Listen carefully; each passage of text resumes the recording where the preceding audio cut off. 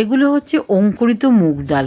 এই অঙ্কুরিত মুগ ডাল প্রচুর পুষ্টিগুণ। কী করে আমি এই অঙ্কুর বার করলাম সেটা আপনাদের দেখাচ্ছি।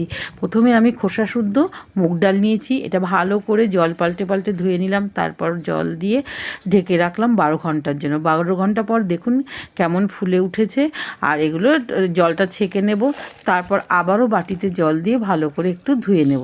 তারপর এই ঝাঁঝরি মানে ফাঁকা ফাঁকা এই সাজিয়ে নিলাম। তারপর সাদা কাপড়, ভিজানো কাপড় লাগবে, ভিজানো সাদা কাপড় পেতে গিয়ে ওর পর মুগ ডালটা ঢেলে দিয়ে এইভাবে ভাঁজ করে ঢেকে দিলাম।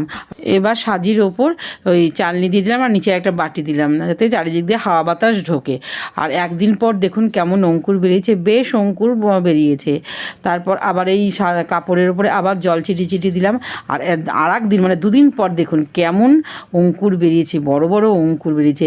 এটা বিভিন্নভাবে খাওয়া যায় আর এর প্রচুর পুষ্টিগুণ। এটা খাওয়া খুব